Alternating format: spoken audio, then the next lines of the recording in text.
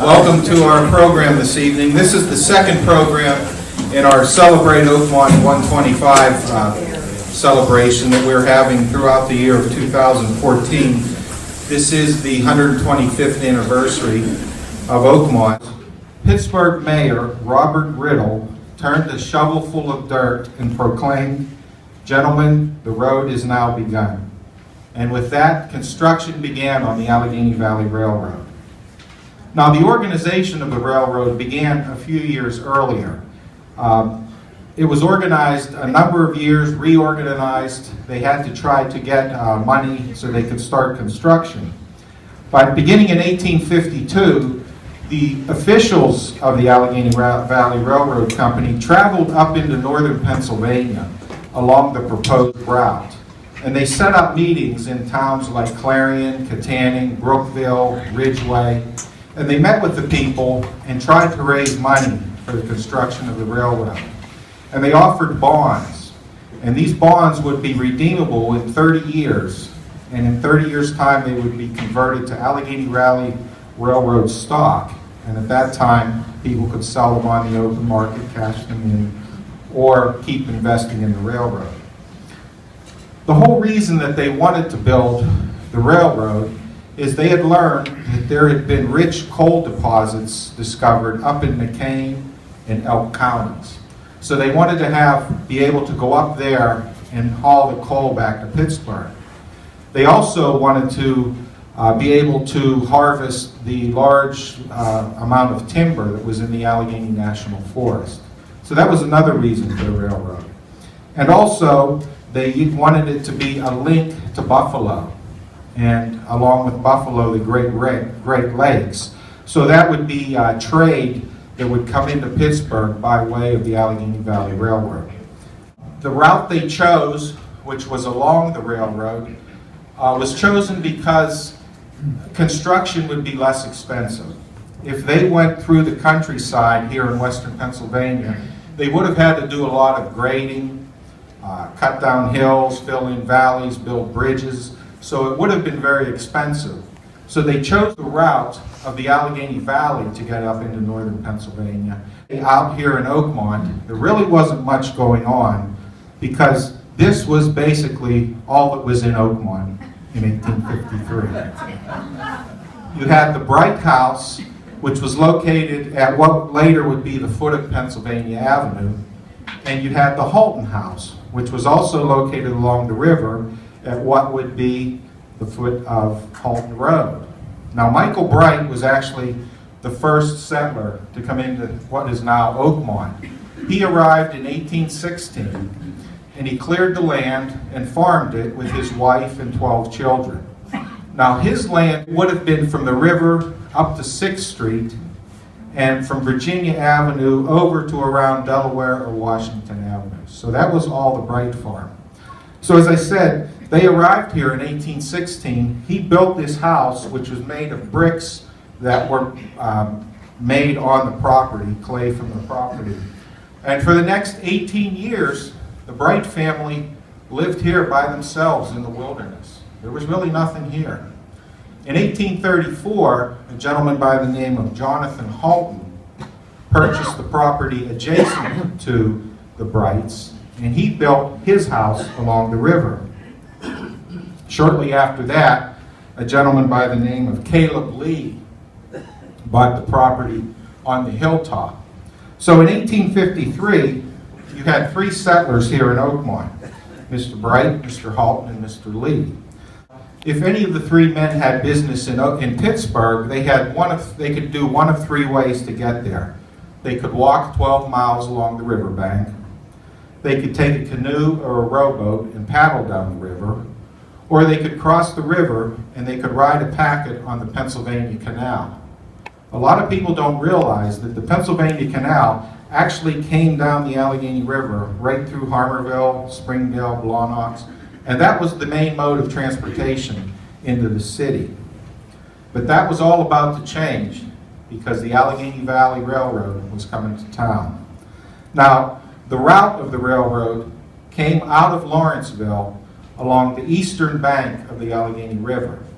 When it reached what is below Verona today, there's a bend, as we know, there's a gentle bend in the river, and then there's a large plain. And it was on that plain that Verona and Oakmont would be established. So whenever it hit that spot below Verona, it cut away from the riverbank, and it cut across the middle of that plain.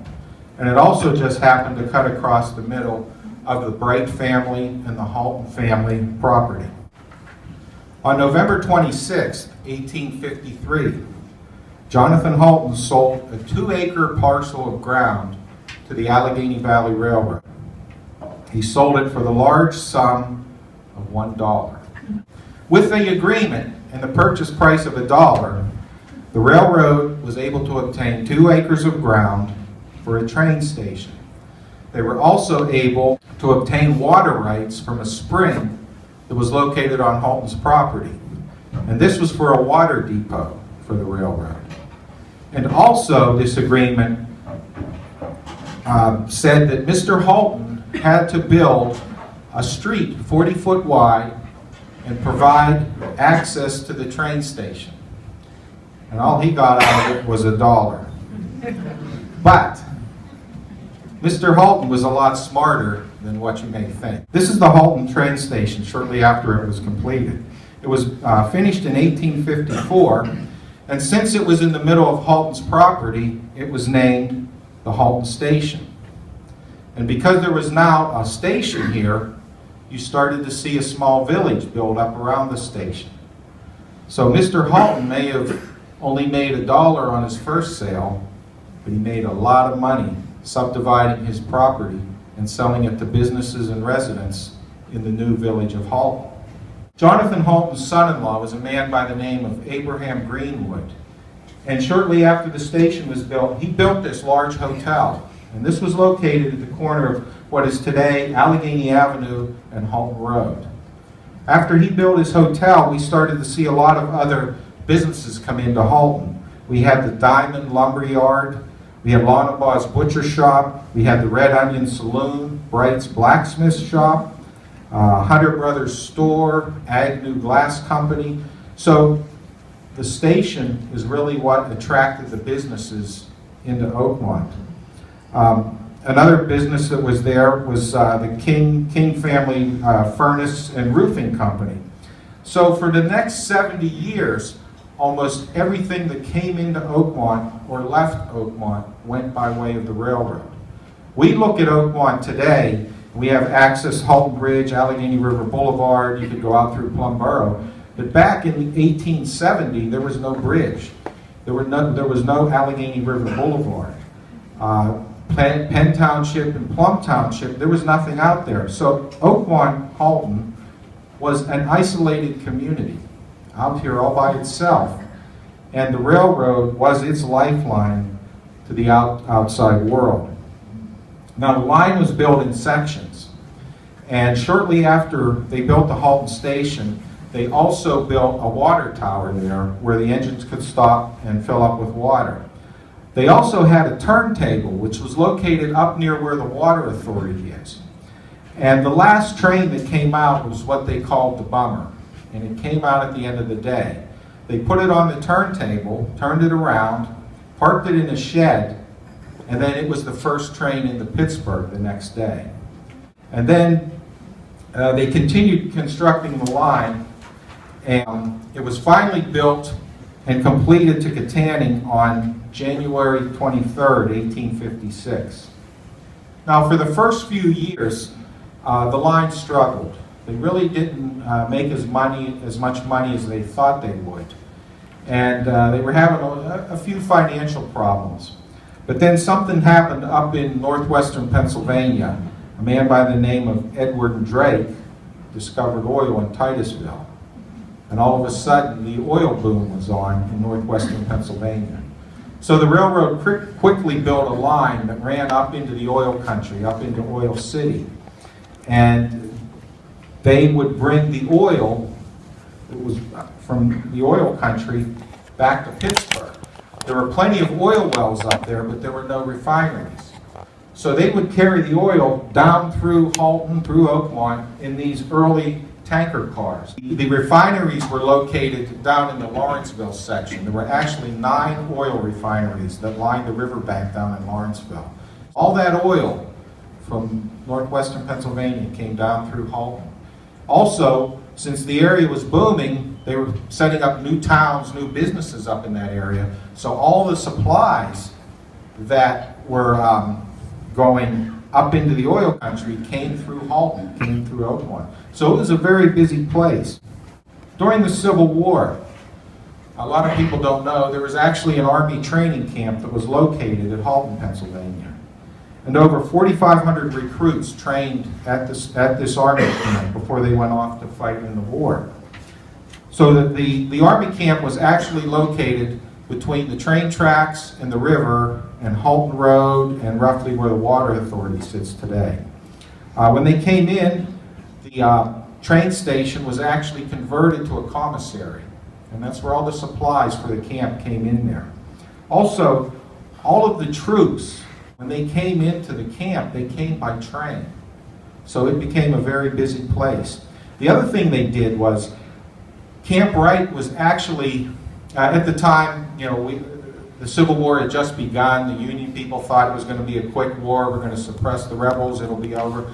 So there was a lot of patriotic feelings. So the newspapers in Pittsburgh would publish the times of parades and activities going on at Camp Wright. And they set it up as a tourist attraction. And they had specials where they could ride the train out to the camp to inspect the camp and watch the parades and see the goings-on. So, you know, between the soldiers and the supplies coming in and people coming to see the camp, again, it was very busy here. The other thing that was interesting is during the war, the Fort Pitt Foundry made a lot of munitions for the Union Army. And they made a lot of guns and big cannons. And they had to test those cannons, but they couldn't test them in the city of Pittsburgh because the foundry was located in the Strip District. So they would load those cannons on the flatbed cars on the Allegheny Valley Railroad, and they would take them up the tracks, up above New Kensington, and they would test fire those. So in addition to all the activity and the troops and the people and the this and the that, you could hear these cannons echoing up and down the valley as they test fired them. And if they worked out, they'd put them back on the trains and bring them back to the foundry and ship them off to war. After the Civil War was over, they discovered that there were large coal deposits out in Penn and Plum townships. In 1870, there was a group of investors headed by Andrew Carnegie, and they formed the New York and Cleveland Coal Company, and they started a coal mine out in what is now Unity, Pennsylvania. So they had to get the coal from the coal mine back into Pittsburgh. So the Allegheny Valley Railroad built a branch line which extended 7.5 miles from Verona out into Plum Borough to Unity, and they called it the Plum Creek branch of the Allegheny Valley Railroad. This is a picture of an engine on the Plum Creek branch. This was actually taken probably around 1949. And this was taken at the, you know, the trailer park is out in East Oakmont. The tracks go right through the center, used to go right through the center of the trailer park. And this picture was taken on a winter's day when the train was coming through. But this rail line, it opened up the Plum Creek Valley. And today we don't think, you know, too much about the Plum Creek Valley as to what's there, but back then there was a lot of industry up and down that valley. You had the Maccabee Dynamite Company, which was located along the line. You had McLaughlin's General Store, Unity Wholesale Grocery, Jackson's Hardware, Cohen's Furniture Store, Caldwell's Mill in Milltown. And in addition to those businesses, you had 4 coal mines out there. So the Plum Creek branch was always in and out, hauling in goods, taking out people. They had passenger service, which ran up and down the line. People in the area referred to it as the plumbing, and that's what it was known by everybody as the plumbing. Here in Oakmont, Verona, it serviced the Bollinger Andrews Steel Company, which would become Ingalls Iron Works. They serviced Wooding's Tool Works on Plum Street. They serviced the Dark Hollow Water Company, which was a water company located up in Dark Hollow. You know, we tend to think that bottled water is a new fad, but they were actually bottling water here in Oakmont back 100 years ago in the Dark Hollow Water Company. There's also the Dexter Spring Company, which was located at the corner of 6th and Plum Street. And all of these companies sent their goods to market on the plumbing. So it was a very busy line. In 1923, the Pennsylvania Railroad timetable listed 10 stops along the Plum Creek branch between Verona and Unity, PA. There was a gentleman by the name of Jefferson Blanc, and he operated a warehouse and storage facility along Plum Creek. Now this would be, if you're familiar with where the old Coppers facility is on Plum Street there, that's where he was. Well, he had a storage facility. It included a barn, 3 warehouses, and 5 sidings. So he stored a lot of things in there. But one of the things that he stored in there, it was the home, the winter home of the Howes Great Londis Circus. And every fall, the circus train would pull in there. And that's where they would set up their winter quarters. They would store all the rail cars, circus wagons, the animals, and the performers. There used to be some row houses down along there, and that's where they would live during the winter. Well, when the circus train would pull into town in the fall, everybody from Oakmont and Verona would go down and watch them unload the circus train.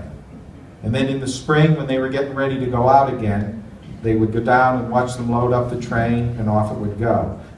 The railroad was important in the development of Oakmont, but what was really important were the train stations.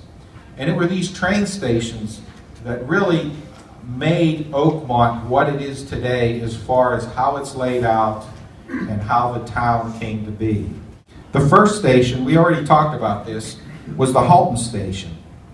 As I said, it opened in 1854. It included a train shed, a water tower, and later they added a freight house to that. In 1857, the Halton Post Office was established in the Halton train station. As I said, all the freight that came into Oakmont came through Halton. Now, my family had a roofing and furnace business here that went back a lot of years, and my grandfather told the story of his father. This would have been in the early 1920s. Back then, if you know, when they put a roof on, they used those heavy slate shingles, is what they used. Well, his father bought a rail car of slate shingles, and they brought it into the Halton station and they parked it. So my grandfather, his brother, and his cousins all had to unload the rail car, and it took them 3 days to unload it.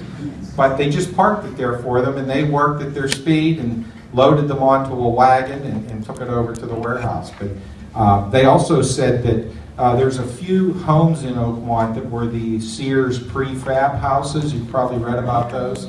And those would come in through the Halton station. They would deliver them in, drop them off at the station, and then the contractors would come down and pick them up. Now, the Halton station closed in 1933. After it closed, a gentleman out in East Oakmont purchased the building, and he actually moved it out to East Oakmont. He lived up at the top of Lincoln Avenue, and he used that as an outbuilding on his farm. 52 or 53, the station caught fire and it was destroyed. The next station, a lot of people don't know about this station. It was known as the Edgewater Station. Now, this actually predates Edgewater Steel, doesn't have anything to do with Edgewater Steel, but it was the second station built here in Oakmont. There was a gentleman in Pittsburgh by the name of John McDonald Crossan.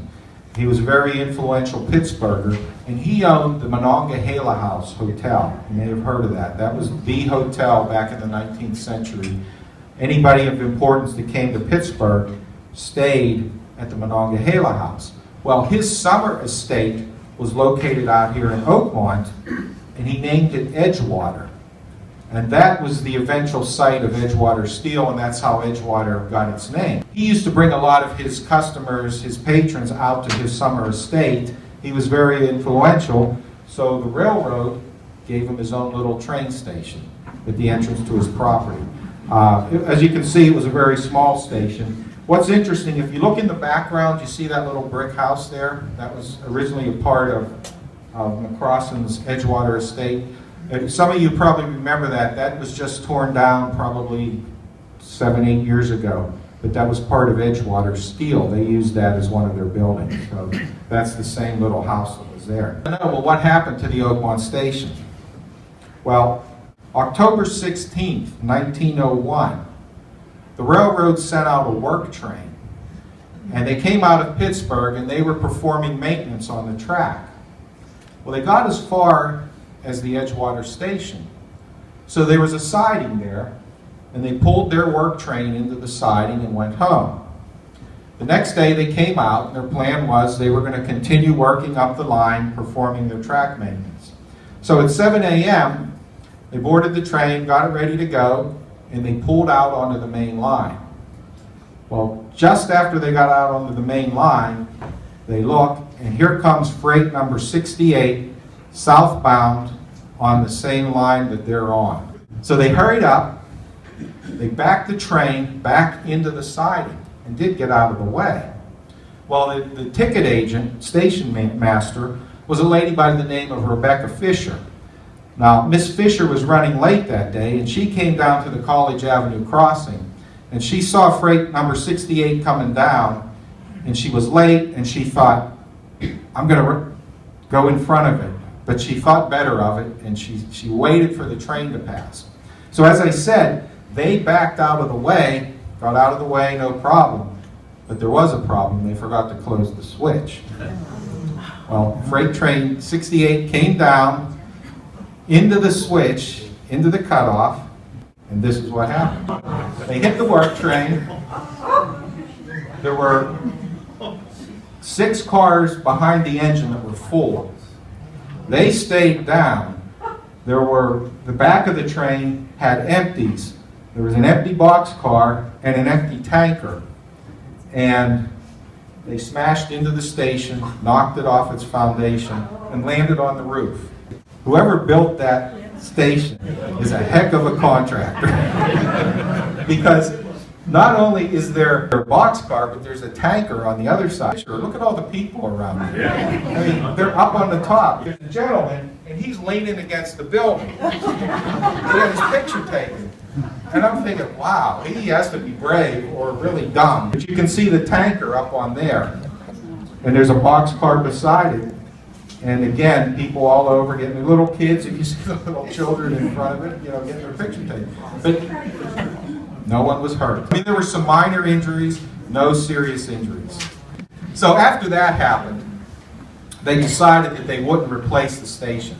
So they just tore it down, and that was the end of the Edgewater Station. This is another station that a lot of people don't know about. It was called the Upper Edgewater Station. And this station was located at the foot of Maryland Avenue on Allegheny Avenue, across from, where Berkey's ice cream shop is? It was right across the street from there. Upper Edgewater Station. Again, it was another early station. We think it was built around 1880. We're not sure. We don't have a date for sure, but that's the year we think. All of the stations along the line have that little, I guess you would call it gingerbread look. This one did. If you notice the Edgewater Station, it had that decorative. There was a station up in Arnold that looked the same way. The original Verona station, now you've probably seen pictures of that Verona station that looked similar to Halton. That was actually the second station. They had a real fancy station that looked similar to this that actually burnt down. So they all had that very, they invested a lot of money into their train stations. So you say, well, what happened to that train station? When they built the new Oakmont Station, somebody else bought this building, and it was moved, picked up and moved, down to the corner of Archie Street and Cedar Way. And it was converted into a house. And if you look, you can see the roof lines, everything's pretty much, the windows are the same, the roof line, the gables and everything. That was there probably until about, I think it was torn down around 2005. Anybody that's interested in railroad, I'm sure you know this station here. This is the Oakmont Station that everybody remembers fondly. Opened in 1904. And just like Halton, when that station was built, you started to see an influx of businesses around that station. In the upper picture there, that building is what is now Hofstadt's. That's Hofstadt's building. And then the next building down is Chelsea Grill. And in that open space is where the Oakmont Bakery is now. But these buildings came in after the station, shortly after the station came in. And again, you had businesses move into there. The Oakmont National Bank was housed in that building. We had Foster's Store, we had Blaine's Plumbing, we had Volkwine's Store. There was actually a newsstand that was operated by Mr. Pilgrim. Some of you remember the Pilgrim building up on the boulevard. Well, he started off down there. And he had a newsstand. And he sold a cigar which he called the Oakmont Special. And he guaranteed that it would last the trip from Oakmont to Pittsburgh. Not only did you get your businesses, but you started to get the large homes that came around this station. If you know, all the houses that are along Allegheny Avenue, they're all similar. They were built by Reid Brothers. And those all started to be built whenever this station came in, and people realized that they could move out here from the city and commute into work and be back downtown within 20 minutes, a half an hour. So we started to see an influx of residential homes. In its heyday, there were 28 trains a day through Oakmont here. So it was just nonstop, up and down, passenger trains, freight trains. But one of the most famous trains was what they called the Buffalo Express. And it left Pittsburgh every morning. And its main goal was to get to Buffalo as fast as possible, unload, load, and get back to Pittsburgh as fast as possible. It was a nonstop express train. Now the locals around here, they called it the honeymoon special, because back in the day, there weren't a whole lot of places to go on vacation. So when people got married and went on their honeymoon, they went to Niagara Falls, and they went on the Buffalo Express. The only problem is, that train, reports said that it used to come through here at speeds of 50 miles an hour. Now, you have to stop and imagine a train coming through here at 50 miles an hour. 50 miles per hour, would take a train 1.2 minutes to travel 1 mile. So it's roughly a mile from College Avenue to Halton Road. So that train would come through here, and it would be in and out of town in 90 seconds. I mean, he would have to just lay on that whistle from the time he entered the town till the time he got out. And there were always accidents. There were a lot of different accidents between pedestrians, wagons, horse and wagons, and later automobiles. Borough officials, not just in Oakmont, but any town where this came through, constantly asked the railroad to slow the train down. But back then, you couldn't tell the railroad what to do. In the newspapers of the day, it was almost a daily occurrence. There was somebody hit by a train, somebody in the rail yards, workers were injured. It was very dangerous to work on the railroad, but it was also very dangerous to be near the railroad. April 26, 1902, train struck wagon. It said, this morning the lumber wagon of Charles F. Reid Brothers, the Oakmont contractors, broke down when crossing the tracks of the Allegheny Valley Railroad above the Halton Station. As it was about time for the fast freight to pass, the horses were hastily unhitched and taken to the place of safety. Before the driver could return, the freight had struck the wagon, and both the lumber and the wagon were demolished. The largest piece left of the wagon was part of one wheel. The lumber load was worked lumber for a house being built in Oakmont. So it must have just hit that thing and splintered it. This was from 1886, and it says John L. McGee, a teamster, while driving across the AVRR tracks in Verona yesterday morning, was hit and killed by passenger train number 11. The verdict of accidental death rendered. One of the reasons I included that, John L. McGee was actually my great-great-grandfather. He was killed by a train when he was crossing with his wagon. If any of you know Frank Farco, they owned Hunter Brothers store. Frank tells the story. His father actually saw a lady cross in front of the Buffalo Flyer. She was hit by it. She was actually thrown across Allegheny Avenue and landed on the sidewalk. That's how hard they hit her. But it was a constant threat between the trains and the people who lived in these towns where the railroad went through. Chautauqua was actually established by the Allegheny Valley Railroad. They were the first ones to go up there, and they set it up as a resort to increase ridership on weekends and during the summer. They would take people up there and to the resort. Another thing that they established was what they called the Halton Grove. The Halton Grove was located here in Oakmont on Halton Road, and it went from 5th Street up to 7th Street. And it was a picnic pavilion, picnic grounds. And they had 3 pavilions, a dance hall, and a bandstand. And on weekends and during the summer, the railroad would bring people out for picnics, and that's how they increased their riderships when the businesses weren't shipping anything. I read an account where they had so many people coming out to the Halton Grove that they didn't have enough passenger cars to bring them. So they built bleachers and put them in a gondola, and they hauled them out here in a gondola car with bleachers.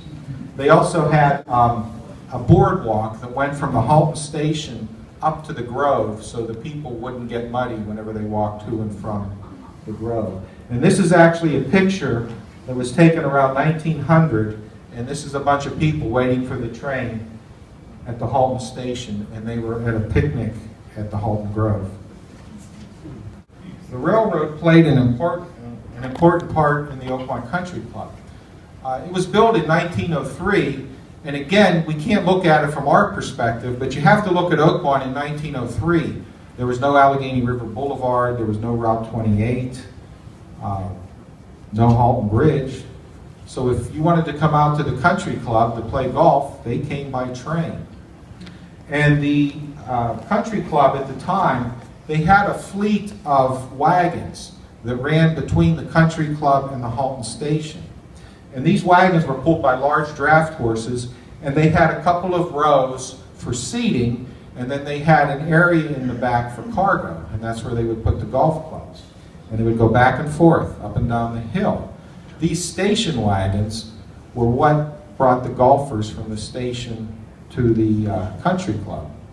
Now the word station wagon, we all associate it with our cars. Back in the 60s, we all grew up, we had station wagons. That's where the word originated. It's room for passengers and cargoes in the back. A bell that was on the front steps of the country club. And every time the wagon got ready to leave, they would ring the bell, and that's how you knew that the wagon was leaving. They later replaced them with old buses until the automobile became real popular and people began to drive there, but they used the station wagons. Golf wasn't the only recreation out here in Oakmont. Again, at the turn of the 20th century, beginning of the 20th century, Oakmont was known as a resort town.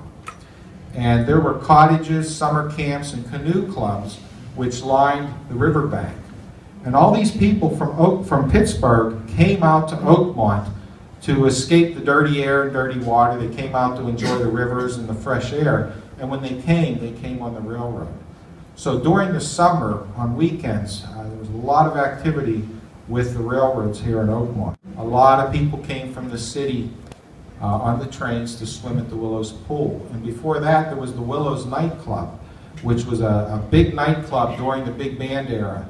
And again, not only did people from Pittsburgh come out on the train, but the bands who came into play came in on the train. So not only was it business, but it was a lot of recreation that depended on the railroad here in Oakmont. There were some changes with the railroad. On July 18th, 1900, the Allegheny Valley Railroad Company signed a lease with the Pennsylvania Railroad Company, wherein the Pennsylvania leased the Allegheny Valley Railroad, and they began to operate on it. Finally, on April 7th, 1910, the Allegheny Valley Railroad was acquired by the Pennsylvania Railroad, and they operated it as the Buffalo and Allegheny Division. All right, well, thank you. Thanks for coming out.